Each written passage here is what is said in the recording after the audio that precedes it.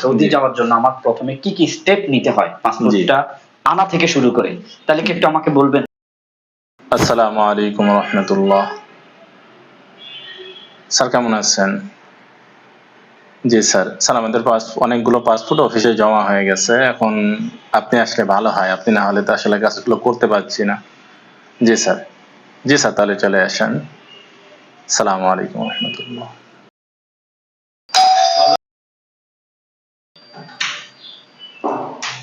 আসসালামু আলাইকুম। আসসালামু আলাইকুম রহমতুল্লাহ। কেমন আছেন স্যার?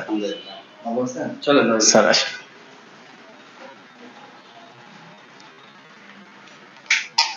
স্যার আমাদের অনেকগুলো পাসপোর্ট জমা হয়ে গেছে, যার সামান্য কিছু এখানে আপনার সামনে উপস্থিত করছি দেখানোর জন্য। বাকি পাসপোর্ট গুলো আমার কাছে জমা রয়েছে। স্যার আমাদের এই বইগুলো তাসির বা ফিঙ্গারের জন্য রেডি হয়েছে। জি, আলহামদুলিল্লাহ। এই তাসির বা ফিঙ্গার এই জিনিসটা অনেকে হয়তো বা বুঝবে না। তাসির ফিঙ্গারটা কি?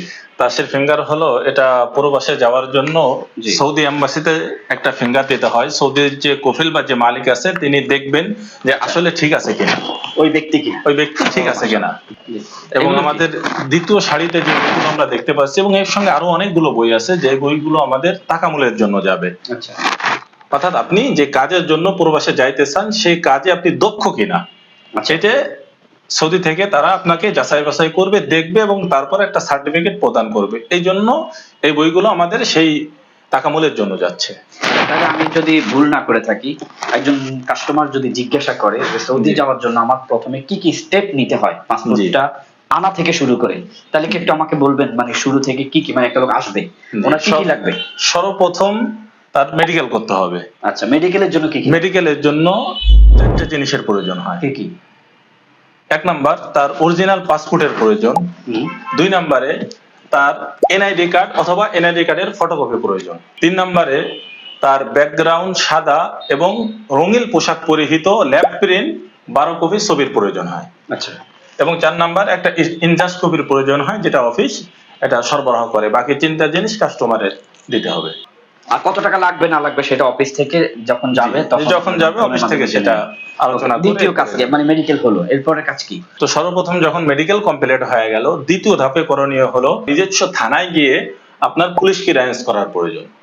আচ্ছা, নিজের থানায় গেলে সেখান থেকে অনলাইনে আবেদন করে আপনার পুলিশ ক্লিয়ারেন্স তারা করে দিবে। আচ্ছা, 3 নাম্বার ধাপে আপনার কাজ হলো, আপনার যে জেলা আছে জেলাতে 3 দিনের একটা প্রবাসে যাওয়ার একটা ট্রেনিং করার প্রয়োজন হয় এবং জেলা ফিঙ্গারের প্রয়োজন হয়। এটা হলো তৃতীয় ধাপ। চতুর্থ ধাপে আপনার যমুনা ফিউচার পার্কে সৌদি এম্বাসিতে আপনার ভিসার পূর্ববর্তী একটা ফিঙ্গারের প্রয়োজন হয়। জি, এই ফিঙ্গারটা চতুর্থ ধাপে আপনার করতে হবে। পঞ্চম ধাপে আপনি যে কর্মদক্ষ, এই কর্মদক্ষতার জন্য একটা সার্টিফিকেট প্রয়োজন, যাকে বলা হয় তাকামুল। এই তাকামুল সার্টিফিকেটের প্রয়োজন হয়।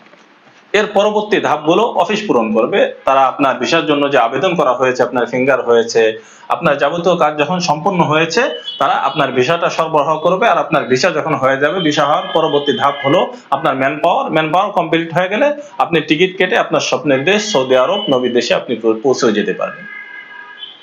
ঠিক আছে। আচ্ছা, তাহলে আশা করি এই পর্যন্ত একটা যাত্রী যদি প্রস্তুতি নিয়ে আসে উনি সৌদিতে যেতে পারবেন। জি ইনশাআল্লাহ। এগুলো সবগুলো দিয়ে দেন যেন মেডিকেলের মানে যার যে কাজগুলো ওগুলো যেন পূরণ হয়ে যায়। আসসালামু আলাইকুম।